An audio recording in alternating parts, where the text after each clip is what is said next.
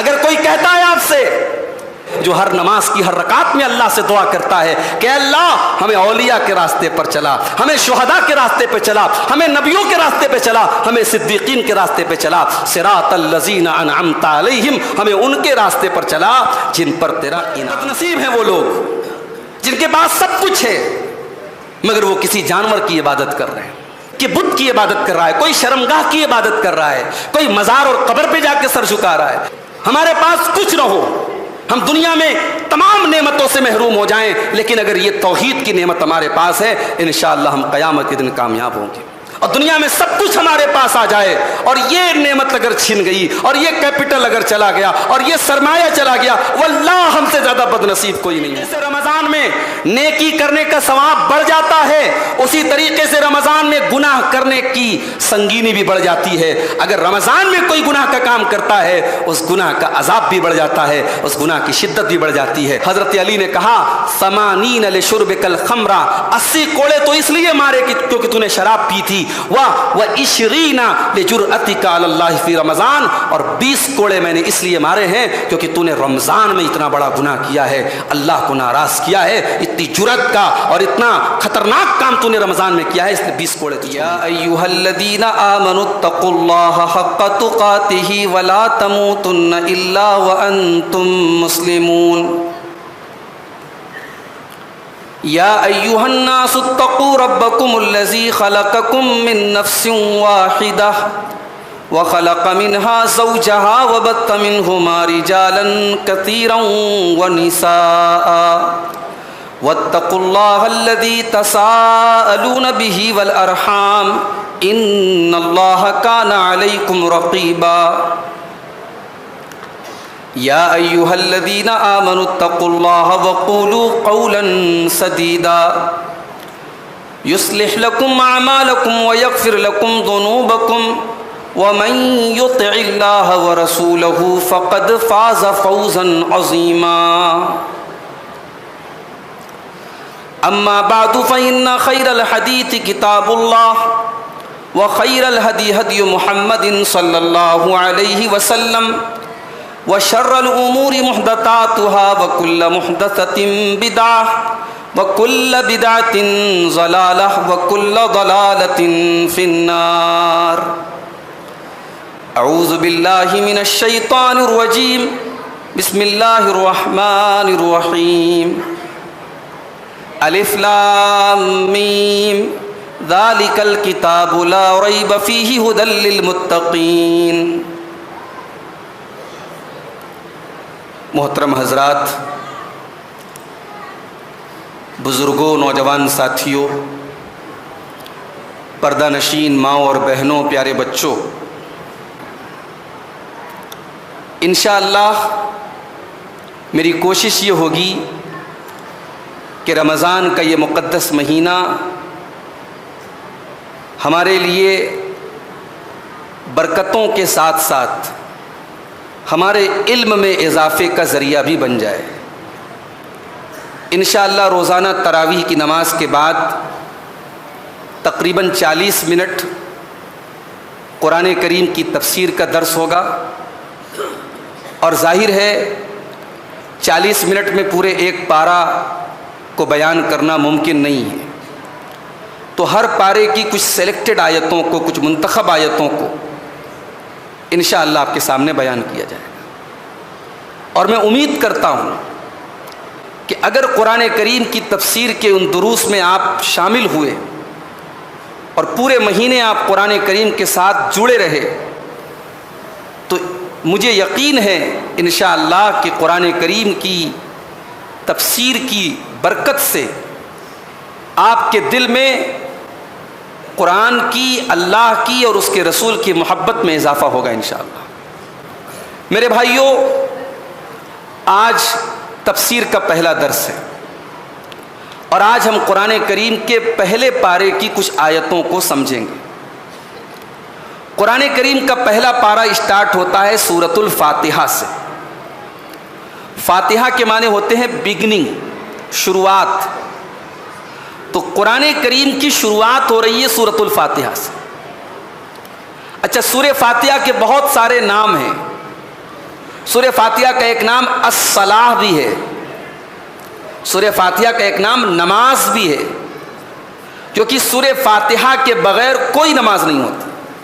اللہ کے رسول صلی اللہ علیہ وسلم فرمایا لا صلاۃ لمن لم یقرأ بفاتحۃ الکتاب، جو سورۃ الفاتحہ نہ پڑھے اس کی نماز نہیں ہوتی، چاہے فرض نماز ہو، چاہے سنت نماز ہو، چاہے تراویح جیسی نفل نماز ہو، چاہے جنازے کی نماز ہو، چاہے گرہن کی نماز ہو، چاہے استسقاء کی نماز ہو، کوئی بھی نماز، چاہے اکیلے آپ پڑھ رہے ہوں، چاہے امام کے پیچھے پڑھ رہے ہوں، چاہے جہری نماز ہو، چاہے سری نماز ہو، ہر نماز کی ہر رکعت میں سورہ فاتحہ پڑھنا ضروری ہے۔ سوال یہ پیدا ہوتا ہے کہ سورہ فاتحہ کے اندر ایسا کیا خاص ہے کہ اس کو ہر نماز کی ہر رکعت میں بار بار پڑھا جا رہا ہے؟ اصل میں سورہ فاتحہ کے اندر ایک دعا ہے۔ یہ دعا کیا ہے اور پھر اس دعا کے پہلے ہم کیا کہتے ہیں، اس کو سمجھنے کے لیے ہم آئیے پہلے سورہ فاتحہ کو دیکھتے ہیں۔ سورہ فاتحہ کے پہلے ہم پڑھتے ہیں بسم اللہ الرحمن الرحیم، شروع کرتے ہیں اللہ کے نام سے جو بڑا مہربان نہایت رحم والا ہے۔ الحمدللہ رب العالمین الرحمن الرحیم مالک یوم الدین، تمام تعریفیں اس اللہ تعالیٰ کے لیے ہیں جو رب العالمین ہے۔ اب دیکھیے قرآن کریم کی شروعات ہو رہی ہے اللہ کی تعریف سے، اور تعریف کے لیے یہاں کون سا لفظ استعمال ہوا؟ الحمد۔ تمام تعریفیں اللہ کے لیے۔ عربی زبان میں تعریف کے لیے بہت سارے الفاظ آتے ہیں، مگر یہاں اللہ تعالیٰ نے الحمد کہا۔ الحمد کہتے ہیں ایسی تعریف کہ جس تعریف، ایک ہوتا ہے کہ کسی نے میرے اوپر احسان کیا تب ہم اس کی تعریف کر رہے ہیں، کسی نے ہمیں کوئی اچھی چیز دی تب ہم اس کی تعریف کر رہے ہیں، لیکن الحمد کہتے ہیں ایسی تعریف کو کہ کسی چیز کے بدلے میں نہ کی جائے۔ اللہ تبارک و تعالیٰ قابل تعریف ہے، ہر حال میں قابل تعریف ہے۔ اس کی ہمیں جو نعمتیں مل رہی ہیں اس پر تو ہم اس کا شکر ادا کر ہی رہے ہیں۔ اللہ تبارک و تعالیٰ ہماری مصیبتوں میں اور پریشانیوں میں اور تکلیفوں میں بھی ایسا نہیں کہ اللہ تبارک و تعالیٰ تعریف کے قابل نہیں، اللہ تعالیٰ ہر حال میں تعریف کے قابل ہے، اور وہ رب ہے۔ رب کس کو کہتے ہیں؟ رب اس کو کہتے ہیں جو آپ کی تمام ضرورتوں کو پورا کرتا ہے اور آپ سے بے نیاز ہے، اسے آپ کی کوئی ضرورت نہیں ہے، اسے آپ سے کچھ نہیں چاہیے۔ الحمدللہ رب العالمین، تمام تعریفیں اس اللہ کے لیے جو سارے جہان کا رب ہے۔ ہم اپنی ماں کے پیٹ میں تھے، دنیا کا کوئی نیٹ ورک وہاں پہ نہیں پہنچ سکتا، دنیا کی کوئی روشنی وہاں پہ نہیں پہنچ سکتی۔ ماں کے پیٹ میں تین اندھیروں میں اللہ تبارک و تعالیٰ میں زندگی دیتا ہے، ہمارا دل بناتا ہے، ہمارا دماغ بناتا ہے، ہمارا جسم بناتا ہے، ہمارا چہرہ بناتا ہے، ہمیں خوبصورت بناتا ہے، اور 9 مہینے کے بعد ایک جیتا جاگتا انسان پیدا ہوتا ہے۔ رب وہ ہے میرے بھائی، رب وہ ہے جو ماں کے پیٹ سے آپ کو پال رہا ہے، اور وہ کس کا رب ہے؟ رب العالمین، سارے جہانوں کا رب ہے۔ ایسا نہیں ہے کہ وہ صرف اللہ اکبر کہنے والوں کا رب ہے، ایسا نہیں کہ وہ صرف لا الہ الا اللہ کہنے والوں کا رب ہے، جو اللہ کو گالی دیتے ہیں، جو اللہ کا بیٹا قرار دیتے ہیں، جو اللہ کو برا بھلا کہتے ہیں، جو اللہ کے ساتھ شرک کرتے ہیں، کیا اللہ ان کا رب نہیں ہے؟ ان کو بھی پال رہا ہے، ان کو بھی روزی دے رہا ہے، ان کو بھی کھلا رہا ہے، ان کو بھی پلا رہا ہے، ان کو بھی آکسیجن دے رہا ہے، ان پر بھی بارش نازل کر رہا ہے۔ اللہ اکبر۔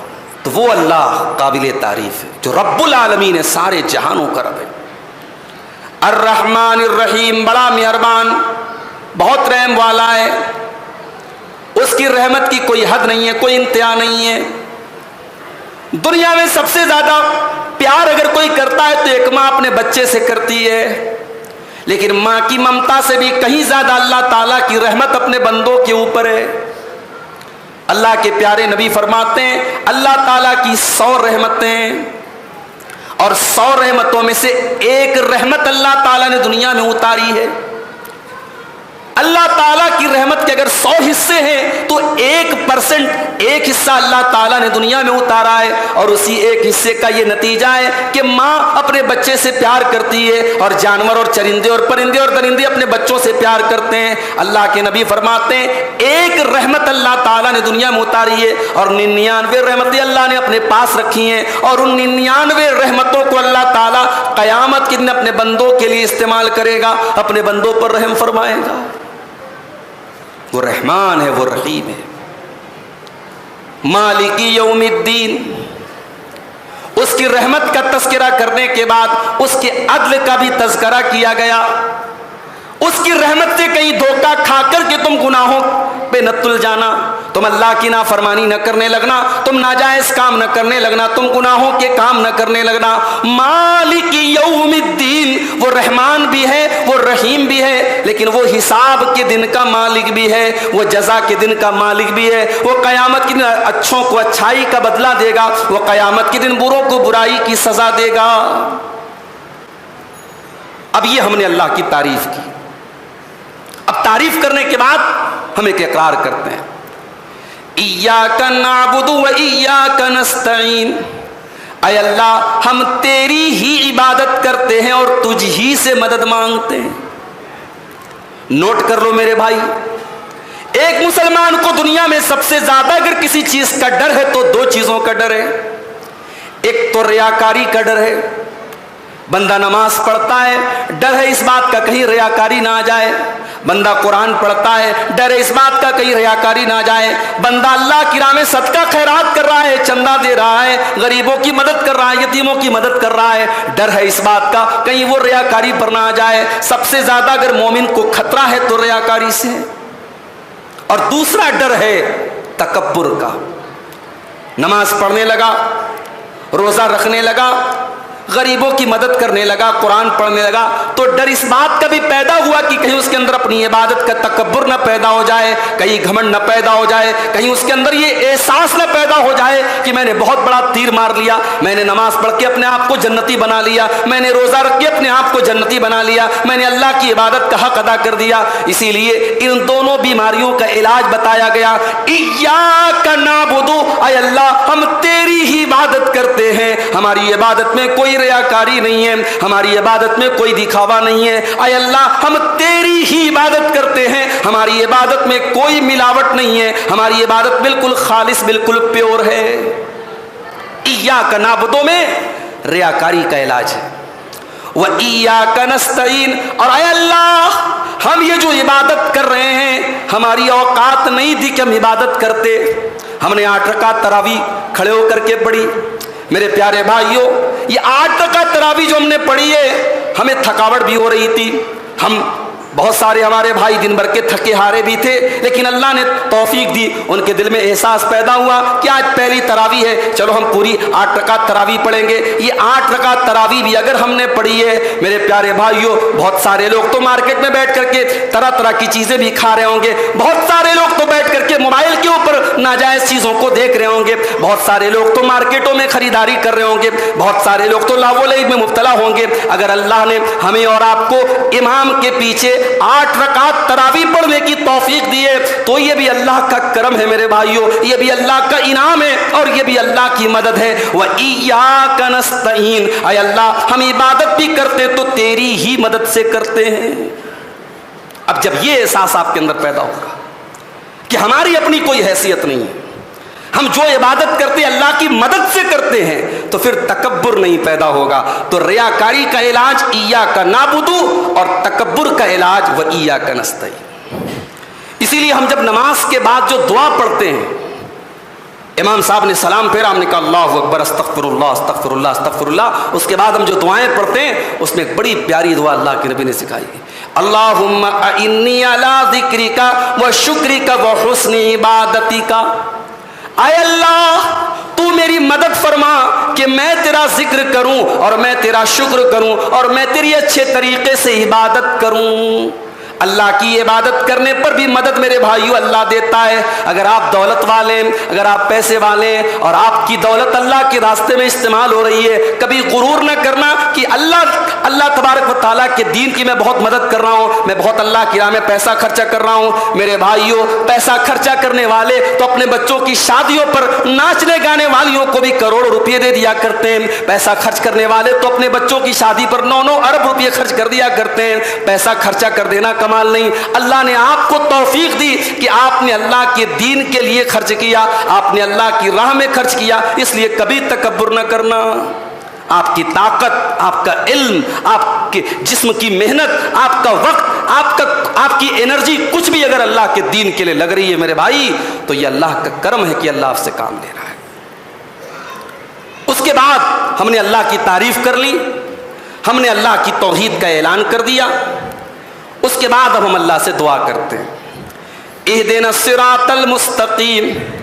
اے اللہ، ہم سورۃ الفاتحہ میں ہر نماز کی ہر رکعت میں 17 بار اے اللہ ہم تیری تعریف کرنے کے بعد اور تیری توحید کا اقرار کرنے کے بعد اے اللہ ہم تجھ سے ایک دعا کر رہے ہیں۔ اور دعا کس چیز کی کر رہے ہیں؟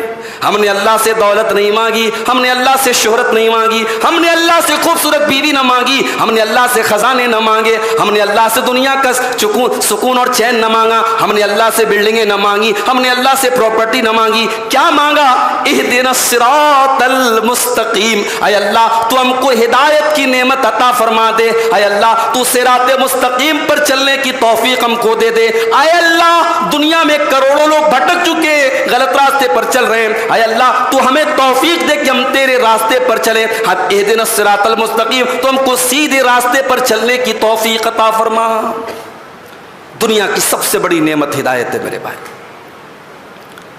بڑے بد نصیب ہیں وہ لوگ جن کے پاس سب کچھ ہے مگر وہ کسی جانور کی عبادت کر رہے ہیں، کوئی پتھر کے بت کی عبادت کر رہا ہے، کوئی شرمگاہ کی عبادت کر رہا ہے، کوئی مزار اور قبر پہ جا کے سر جھکا رہا ہے۔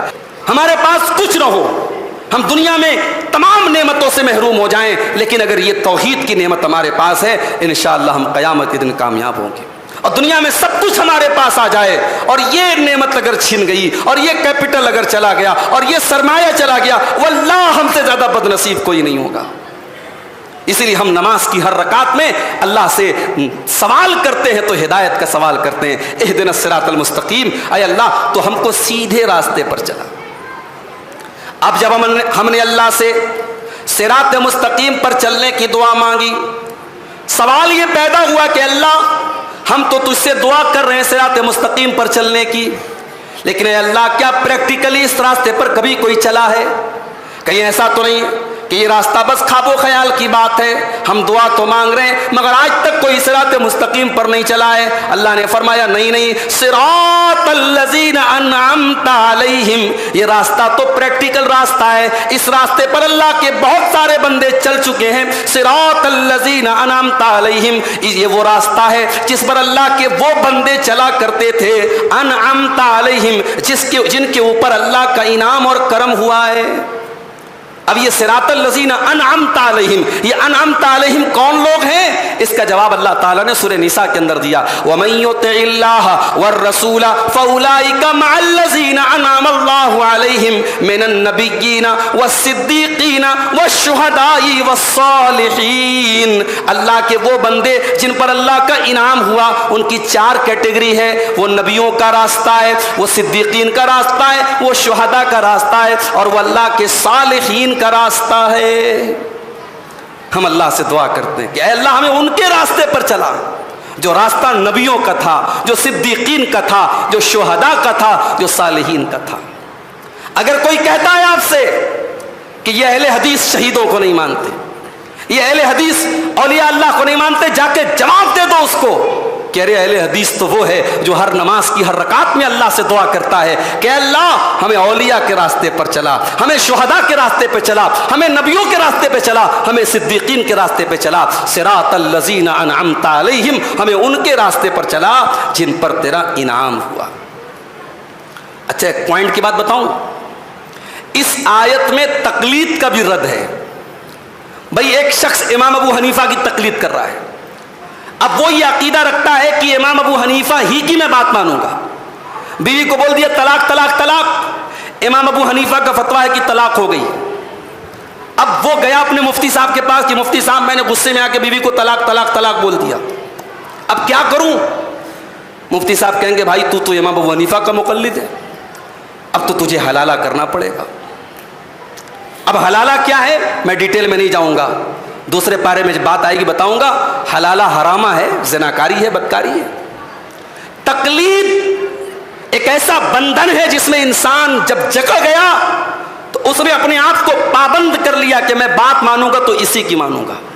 صراط الذین انعمت علیہم سے یہ نقطہ پتہ چلا کہ ہمیں کسی ایک کی تقلید نہیں کرنا ہے. ہمیں اللہ نے یہ نہیں کہا کہ تم فلاں کے راستے پر چلو، کسی ایک کا نام نہیں لیا. اللہ نے کہا صراط الذین انعمت علیہم، ہمارے ان بندوں کے راستے پہ چلو جن پر ہمارا انعام ہوا. اور اللہ کی قسم اگر وہ راستہ کوئی ہے وہ اہل الحدیث کا راستہ ہے، وہ کتاب و سنت کا راستہ ہے، وہ صحابہ کا راستہ ہے. کیوں؟ کیونکہ ہم نے امام ابو حنیفہ کو بھی مانا ہے، ہم نے امام مالک کو بھی مانا ہے، ہم نے امام شافعی کو بھی مانا ہے، ہم نے امام احمد بن حنبل کو بھی مانا ہے. ہم نے تو سب کی عزت کی. آپ کہتے ہیں صاحب ہم نے امام ابو حنیفہ کو مانا، آپ نے ایک کو مانا اور تین کو چھوڑا، اور آپ حنفی ہو گئے، آپ مالکی ہو گئے، آپ شافعی ہو گئے، آپ حنبلی ہو گئے، اور ہم نے تو چاروں کو مانا. ہم نے کہا آؤ جس کی بات رب کے قرآن سے میچ کرتی ہو، جس کی بات اللہ کے رسول کی حدیثوں سے تائید جس کی ہوتی ہو، سپورٹ جس کو ملتا ہو، ہم اس کی بات مان لیں گے. تو صراط الذین انعمت علیہم سے تقلید کا بھی رد ہوتا ہے میرے بھائی. اچھا اب جب ہم نے اللہ سے یہ دعا کی کہ اللہ ان کے راستے پر چلا جن پر تیرا انعام ہوا، تو اب وہاں پر ہم ایک ایکسیپشن بھی کر رہے ہیں، ایک استثناء بھی کر رہے ہیں کہ اے اللہ ان کے راستے پر مت چلانا، غیر المغضوب علیہم ولا الضالین. اے اللہ تو ہمیں ان کے راستے پر نہ چلانا جن کے اوپر تیرا غضب نازل ہوا اور جو گمراہ ہو گئے. کس کے اوپر غضب نازل ہوا؟ یہودیوں کے اوپر. اور گمراہ کون ہوئے؟ عیسائی گمراہ ہوئے. اس کا مطلب یہ ہوا اسلام وحدت ادیان کا مذہب نہیں ہے. بعض لوگوں کی یہ سوچ کیا ہے، بھائی سارے مذہب صحیح ہے، سب مذہب صحیح ہے، سب منزل راستہ الگ الگ ہے، منزل ایک ہے. دنیا کا سب سے بڑا جھوٹ ہے یہ کانسیپٹ اسلام کا نہیں ہے کہ سارے راستے صحیح ہیں. یہ اسلام کا کانسیپٹ نہیں ہے. اگر یہ کانسیپٹ صحیح ہوتا تو ہم نماز کی ہر رکعت میں یہ نہ کہتے غیر المغضوب علیہم، اے اللہ ان کے راستے پر نہ چلا جن پر تیرا غضب ہوا. یہودیوں کے راستے پہ نہ چلا، ولا الضالین اور عیسائیوں کے راستے پر نہ چلا. اچھا یہودیوں اور عیسائیوں کے یہاں سب سے بڑی گمراہی کیا تھی؟ یہودیوں کے یہاں علم تھا، عمل نہیں تھا. یہودیوں کے پاس علم تھا، عمل نہیں تھا. اور عیسائیوں کے یہاں عمل تھا لیکن علم نہیں تھا. اور یہ دونوں چیزیں گڑبڑ ہے. 15 شعبان کی رات آئی، ہمارے بہت سارے بھائی شب برات منا رہے ہیں، حلوہ کھا رہے ہیں، اپنے بزرگوں کی قبروں پہ جا کے چراغاں کر رہے ہیں، رات بھر اپنے بزرگوں کی قبروں پہ جا کے فاتحہ پڑھ رہے ہیں. پوچھو بھائی یہ کیا ہے؟ بولتے یہ دین ہے، یہ عبادت ہے. پوچھو اس کی دلیل کیا ہے؟ دلیل کچھ بھی نہیں ہے، کوئی ایک بھی صحیح حدیث موجود نہیں ہے.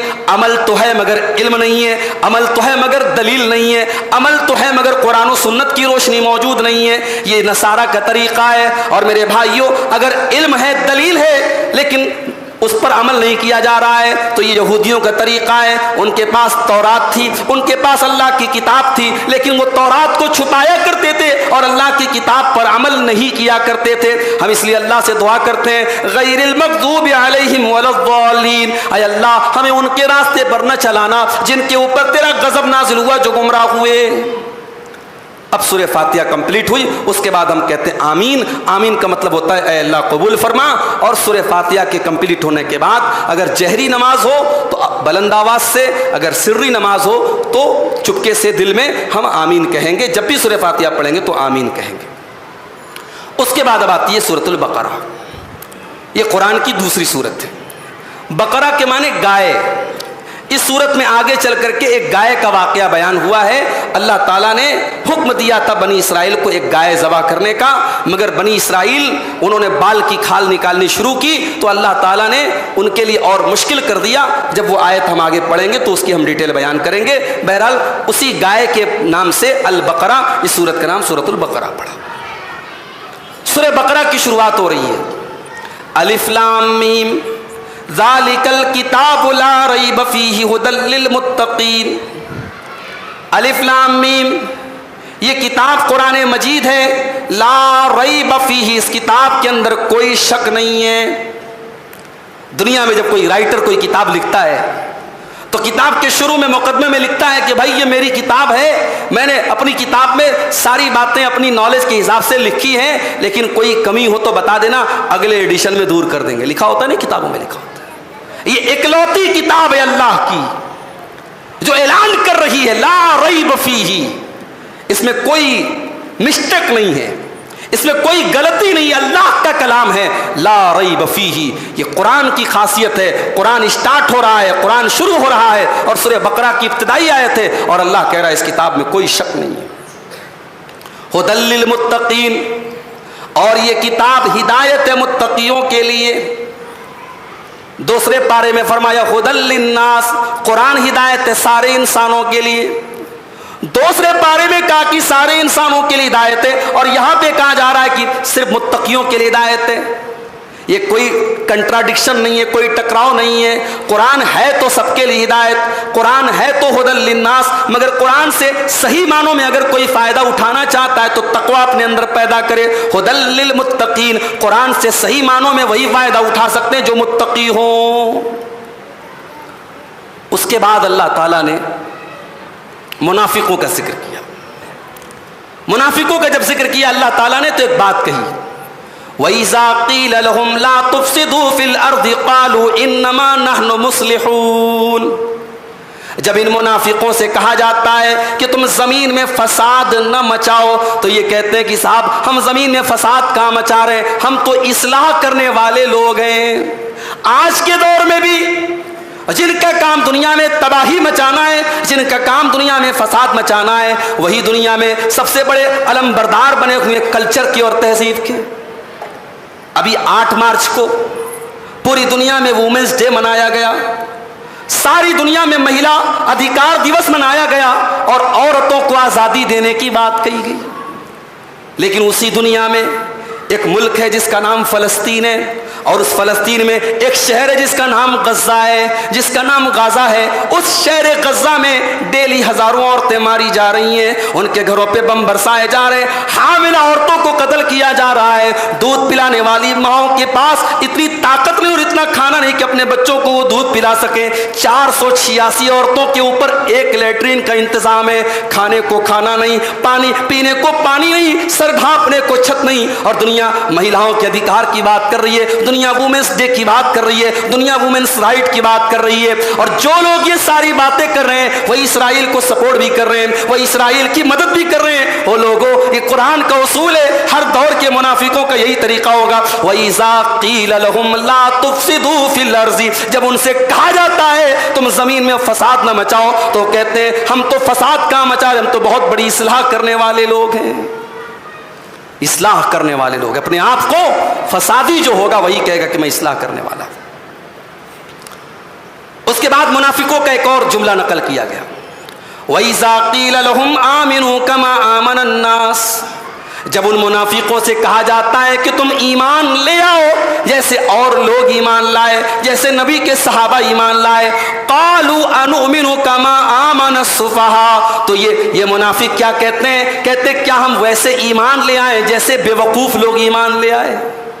غور کرو میرے بھائیو, ان منافقوں نے اللہ کے نبی کے صحابہ کو بے وقوف کہا. جب انہوں نے نبی کے صحابہ کو بے وقوف کہا تو اللہ کو غصہ آیا, اللہ کو جلال آیا, اور اللہ نے کیا فرمایا, الا انہم هم السفہاء, اے میرے نبی کے صحابہ کو بے وقوف کہنے والو, تم خود بہت بڑے بے وقوف ہو, تم خود بہت بڑے اسٹوپڈ ہو. الا انہم هم السفہاء, یہ خود بے وقوف ہے, ان کو پتہ نہیں, ان کو معلوم نہیں. پتہ یہ چلا کہ نبی کے صحابہ کا ڈیفنس کرنا, نبی کے صحابہ کو کوئی برا بھلا کہے تو ان کا ڈیفنس کرنا یہ اللہ کی سنت ہے, یہ اللہ کا طریقہ ہے.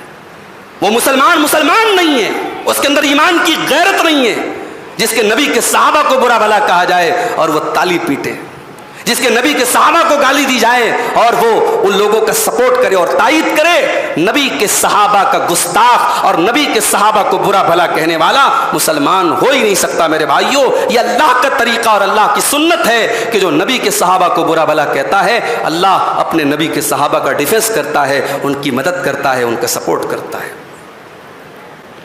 اور آگے بڑھیے، منافقوں کا ایک اعتراض اور بھی تھا۔ وہ کہتے تھے کہ قرآن تو اللہ کی کتاب ہے، قرآن میں چھوٹی چھوٹی چیزوں کی مثال اللہ نے کیوں دی؟ قرآن میں مچھر کا ذکر کیوں ہے؟ قرآن میں مکھی کا ذکر کیوں ہے؟ اللہ نے کیا فرمایا؟ ان اللہ لا یستحیی ان یضرب مثلا ما بعوضۃ فما فوقها۔ اللہ تعالیٰ مثال بیان کرنے میں شرماتا نہیں ہے، اللہ تعالیٰ کبھی مکھی اور مچھر کی مثال بھی دیتا ہے۔ فَأَمَّا الَّذِينَ آمَنُوا فَيَعْلَمُونَ أَنَّهُ الْحَقُّ مِن رَّبِّهِمْ، جو ایمان والے ہیں وہ اللہ کی ہر بات پر ایمان رکھتے ہیں۔ وَأَمَّا الَّذِينَ كَفَرُوا فَيَقُولُونَ مَاذَا أَرَادَ اللَّهُ بِهَذَا مَثَلًا، اور جن کے دلوں میں کفر ہے، جن کے دلوں میں نفاق ہے، وہ کہتے ہیں کہ اللہ کو یہ مثال بیان کرنے کی کیا ضرورت تھی؟ يُضِلُّ بِهِ كَثِيرًا وَيَهْدِي بِهِ كَثِيرًا۔ اللہ نے ایک عجیب بات کہی، اللہ کہتا ہے اس قرآن کے ذریعے اللہ بہت سارے لوگوں کو ہدایت بھی دے گا اور اسی قرآن کے ذریعے بہت سارے لوگوں کو گمراہ بھی کرے گا۔ کیا قادیانی قرآن نہیں پڑھتا؟ کیا حدیث کا انکار کرنے والا قرآن نہیں پڑھتا؟ کیا صحابہ کو گالی دینے والا رافضی قرآن نہیں پڑھتا؟ کیا عذاب قبر کا انکار کرنے والا قرآن نہیں پڑھتا؟ قرآن سب پڑھ رہے ہیں، مگر قرآن سے کے ذریعے ان کو ہدایت نہیں مل رہی ہے، قرآن اور ان کی گمراہی پر مہر لگا رہا ہے۔ تو اللہ نے کہا اگر قرآن سے ہدایت آدمی نہ لے اور قرآن کو نبی کی حدیثوں کی روشنی میں نہ سمجھے، نبی کے طریقے کے مطابق نہ سمجھے، تو قرآن کبھی کبھی انسان کے اوپر ریئیکشن بھی کرتا ہے اور قرآن الٹا اثر کرتا ہے، قرآن کے ذریعے بہت سارے لوگ گمراہ بھی ہوتے ہیں۔ اس کے بعد آدم علیہ السلام کا واقعہ اللہ نے بیان کیا۔ آدم علیہ السلام کو جب اللہ نے پیدا کیا اور فرشتوں سے کہا کہ میں آدم کو پیدا کرنے والا ہوں، تو فرشتوں نے ایک بات کہی، قالوا اتجعل فیہا من یفسد فیہا۔ فرشتوں نے کہا کہ اللہ تو کیوں ایسی مخلوق کو پیدا کرنے والا ہے جو زمین کے اندر فساد مچائے گی، جو خون بہائے گی؟ اللہ نے فرمایا کہ میں وہ جانتا ہوں جو تم نہیں جانتے۔ وَعَلَّمَ آدَمَ الْأَسْمَاءَ، اور اللہ نے آدم کو تمام چیزوں کے نام سکھا دیے۔ آدم علیہ السلام کو اللہ تعالیٰ نے تمام چیزوں کے نام سکھا دیے۔ ثُمَّ عَرَضَهُمْ عَلَى الْمَلَائِكَةِ، پھر اللہ تعالیٰ نے ان ناموں کو فرشتوں کے سامنے پیش کیا۔ ثُمَّ عَرَضَهُمْ عَلَى الْمَلَائِكَةِ فَقَالَ أَنبِئُونِي بِأَسْمَاءِ هَؤُلَاءِ إِن كُنتُمْ صَادِقِينَ۔ اللہ نے کہا اے فرشتوں ذرا ان ناموں کا تم کو بتا دو، یہ کس چیز کا نام ہے، اگر تم سچے ہو تو بتا دو۔ قَالُوا سُبْحَانَكَ لَا عِلْمَ لَنَا إِلَّا مَا عَلَّمْتَنَا إِنَّكَ أَنْتَ الْعَلِيمُ الحکیم۔ فرشتوں نے کہا اے اللہ تو پاک ہے، اے اللہ ہمیں نہیں معلوم، ہم کو نہیں پتا، اے اللہ ہم کو تو اتنا ہی پتا ہے جتنا تو نے ہم کو سکھایا ہے۔ بہت بڑا سبق ہے ان لوگوں کے لیے جنہیں چند کتابیں جنہوں نے پڑھ لی، چند تقریریں سن لی اور فتویٰ دینے میں پیچھے نہیں رہتے۔ عالم بیٹھا ہوتا ہے اور وہ پھٹ سے کہہ دیتے ہاں صاحب یہ جائز ہے، یہ ناجائز ہے، یہ حرام ہے، یہ حلال ہے۔ انسان کو ہمیشہ اپنی حیثیت میں رہنا چاہیے، انسان کو ہمیشہ اپنی حد میں رہنا چاہیے۔ جو انسان قرآن جس نے ڈھنگ سے نہیں پڑھا، نبی کی حدیثوں کو نہیں پڑھا، علماء سے علم حاصل نہیں کیا، وہ اسٹیج لگا کے بڑے بڑے مائک لگا کے کہتا ہے آسک می، مجھ سے پوچھو، مجھ سے پوچھو۔ نہیں میرے بھائی، فتویٰ دینا اور دین کے بارے میں کوئی بات بیان کرنا یہ بڑی رسپانسبلٹی کی بات ہے، بڑی ذمہ داری کی بات ہے۔ فرشتوں کا طریقہ کیا ہے؟ لا علم لنا الا ما علمتنا، اے اللہ ہمیں تو اتنا ہی پتا ہے جتنا تو نے ہم کو بتایا ہے۔ لا علم لنا الا ما علمتنا انک انت العلیم الحکیم، اے اللہ ہم کو اتنا ہی پتا ہے جتنا تو نے ہم کو سکھایا ہے۔ اس کے بعد اب ایک عجیب بات اللہ تعالیٰ نے بیان کی۔ یہودیوں کے جرائم کا ذکر کرنے کے بعد اللہ نے فرمایا کہ گناہ کرنے کی وجہ سے یہودیوں کے دل سخت ہو گئے تھے۔ ثم قست قلوبکم من بعد ذالک، اے یہودیوں تم نے اللہ کی اتنی نافرمانی کی ہے کہ تمہارے دل تو پتھروں سے بھی زیادہ سخت ہو گئے. وَإِنَّ مِنَ الْحِجَارَةِ لَمَا يَتَفَجَّرُ مِنْهُ الْأَنْهَارُ اے پتھر تو کچھ ایسے بھی ہوتے ہیں کہ پتھر کے اندر سے نہریں بہنے لگتی ہیں. وَإِنَّ مِنْهَا لَمَا يَشَّقَّقُ فَيَخْرُجُ مِنْهُ الْمَاءُ پتھر تو کچھ ایسے بھی ہوتے ہیں کہ پتھر کے اوپر بار بار جب پانی پڑتا ہے تو پتھر میں سوراخ ہو جاتا ہے اور پانی رس رس کر کے نکلنے لگتا ہے. وَإِنَّ مِنْهَا لَمَا يَهْبِطُ مِنْ خَشْيَةِ اللَّهِ اور پتھر تو کچھ ایسے بھی ہوتے ہیں جو اللہ کے خوف سے جھک جایا کرتے ہیں. مگر اے یہودیوں تمہارے دل تو پتھروں سے بھی زیادہ کٹھور ہو گئے.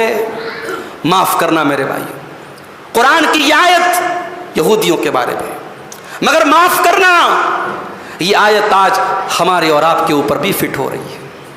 ابھی ایک ویڈیو آیا سوشل میڈیا پر کہ ایک آدمی احرام کے کپڑے میں خانے کعبہ سے کچھ فیٹ کی دوری پر بیٹھا ہے، خانے کعبہ سے کچھ میٹر کی دوری پر بیٹھا ہے، اور اس کے ہاتھ میں موبائل ہے اور موبائل پر وہ بیٹھ کے گیم کھیل رہا ہے.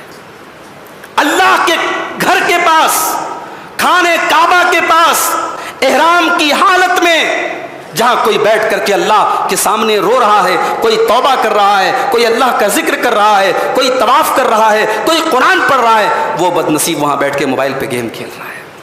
کیا یہ دل کی سختی نہیں ہے میرے بھائی؟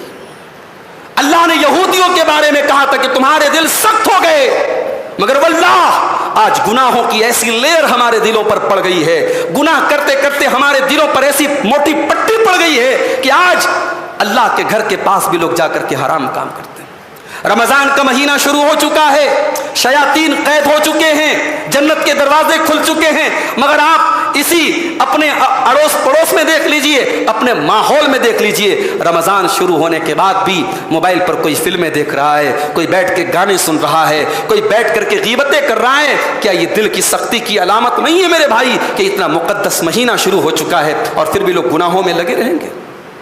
معاف کرنا میرے بھائیوں، جس طریقے سے رمضان میں نیکی کرنے کا ثواب بڑھ جاتا ہے، اسی طریقے سے رمضان میں گناہ کرنے کی سنگینی بھی بڑھ جاتی ہے. اگر رمضان میں کوئی گناہ کا کام کرتا ہے، اس گناہ کا عذاب بھی بڑھ جاتا ہے، اس گناہ کی شدت بھی بڑھ جاتی ہے. حضرت علی کے پاس ایک آدمی لایا گیا، اس نے رمضان کے مہینے میں شراب پی تھی، اور شراب پینے والے کو اسلامی عدالت میں یہ سزا ہے، شراب پینے والے کو 80 کوڑے مارے جاتے ہیں. حضرت علی نے اس کو 80 کوڑے مروائے، 80 کوڑے کی سزا دی گئی، اور 80 کوڑے جب اس کو مار دیے گئے، حضرت علی نے کہا اس کو 20 کوڑے اور مارے جائیں. جب 20 کوڑے اور مارے گئے، حضرت علی نے کہا 80 لشربک الخمر، 80 کوڑے تو اس لیے مارے کیونکہ تو نے شراب پی تھی، و20 لجرأتک علی اللہ فی رمضان، اور 20 کوڑے میں نے اس لیے مارے ہیں کیونکہ تو نے رمضان میں اتنا بڑا گناہ کیا ہے، اللہ کو ناراض کیا ہے، اتنی جرأت کا اور اتنا خطرناک کام تو نے رمضان میں کیا ہے، اس لیے 20 کوڑے تجھ کو میں نے اور مارے.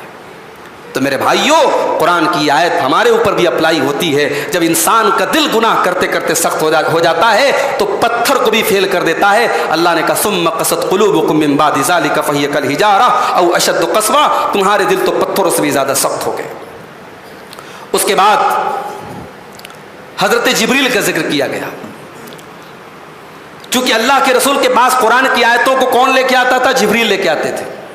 تو یہودی حضرت جبریل سے بہت نفرت کرتے تھے، حضرت جبریل کو برا بھلا کہتے تھے، حضرت جبریل کو گالی دیتے تھے. اللہ نے کیا بات کہی؟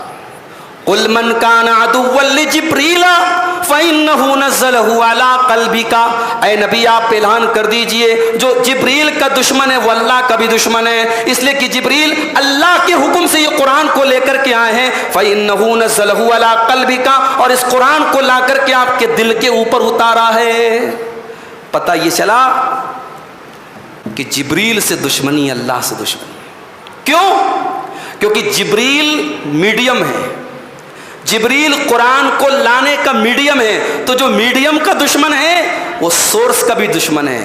اگر آپ جبریل کو برا بھلا کہتے ہیں اس کا مطلب آپ قرآن کو برا بھلا کہتے ہیں. اب یہیں پر ایک نقطہ یہ ملا کہ جو نبی کے صحابہ کو برا بھلا کہتا ہے وہ گویا نبی کو برا بھلا کہہ رہا ہے. کیوں؟ کیونکہ نبی کے دین کو ہم تک پہنچانے کا میڈیم نبی کے صحابہ ہیں. اگر کسی کو صحابہ پر بھروسہ نہیں ہے, اگر کسی کو صحابہ پر اعتماد نہیں ہے, اس کا مطلب کہ اس کو نبی پر اعتماد نہیں ہے. کیوں؟ کیونکہ نبی سے شریعت کو ہم تک پہنچانے والے جو میڈیم ہیں وہ صحابہ ہیں.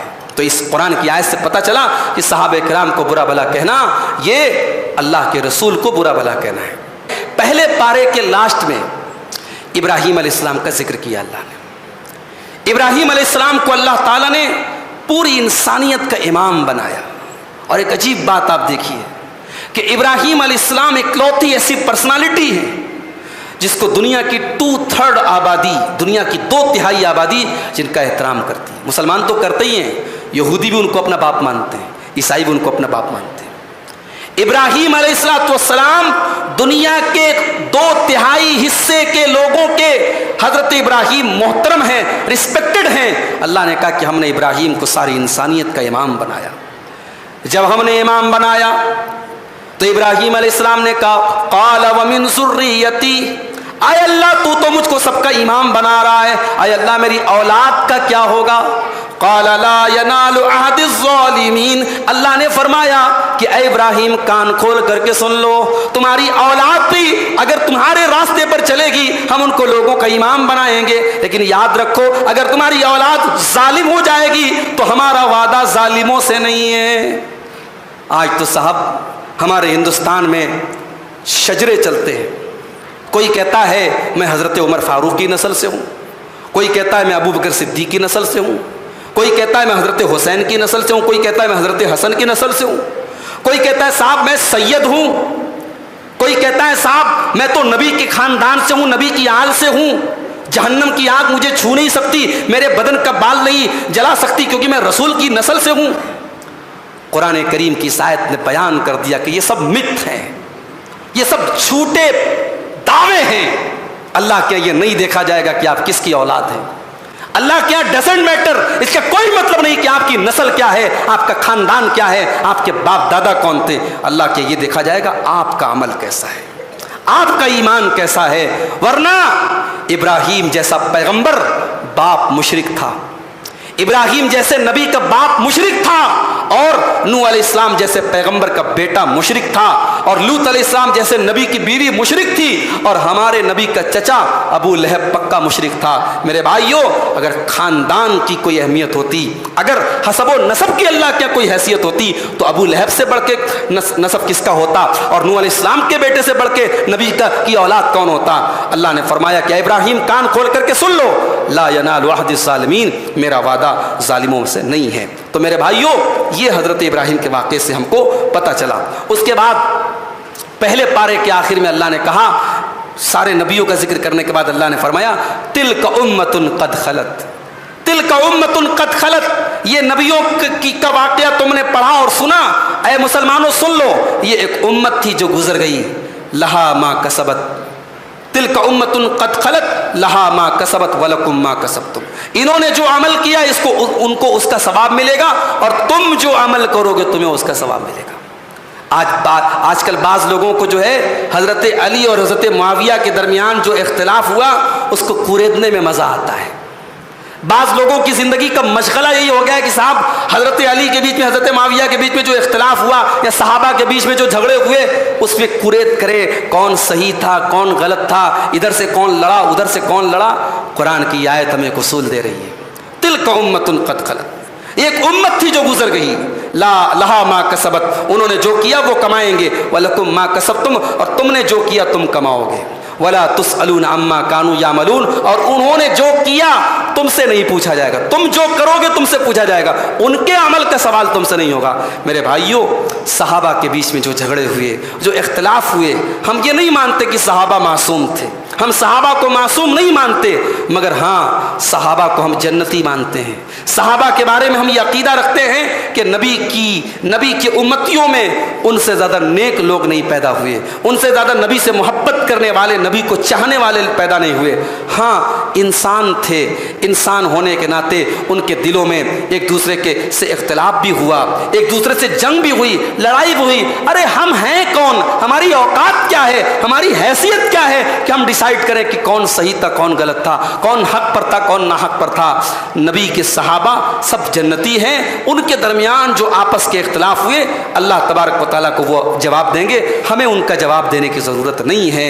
اللہ نے ہمیں بچا لیا، اس دور میں ہم پیدا ہوتے تو ہمیں اس اختلاف میں شامل ہونا پڑتا، اللہ نے ہمیں بچا لیا تو آج اپنی زبان کو ہم کیوں گندا کریں؟ اپنی زبان کو بھی ہم بچاتے ہیں اور اپنی زبان کی حفاظت کرتے ہیں۔ یہی عقیدہ ہے سلف صالحین کا، یہی عقیدہ ہے علماء حدیث کا، یہی عقیدہ ہے اہل حدیث کا۔ اسی عقیدے کو میرے بھائیوں مضبوطی سے پکڑ لو، انشاءاللہ ہم کل کے درس میں قرآن کریم کے دوسرے پارے کی سلیکٹڈ آیتوں کی تفسیر آپ کے سامنے کریں گے۔ دعا کیجیے اللہ تعالیٰ سے رب العالمین پورے مہینے ہم سب کو قرآن کریم کے ساتھ اپنا تعلق مضبوط کرنے کی توفیق عطا فرمائے، قرآن کریم پر غور کرنے کی، تراویح کی نماز میں اس کو سننے کی اور پھر قرآن پر عمل کرنے کی بھی ہم سب کو اللہ تعالیٰ توفیق عطا فرمائے، آمین۔ وآخر دعوانا الحمد للہ رب العالمین، والسلام علیکم ورحمۃ اللہ۔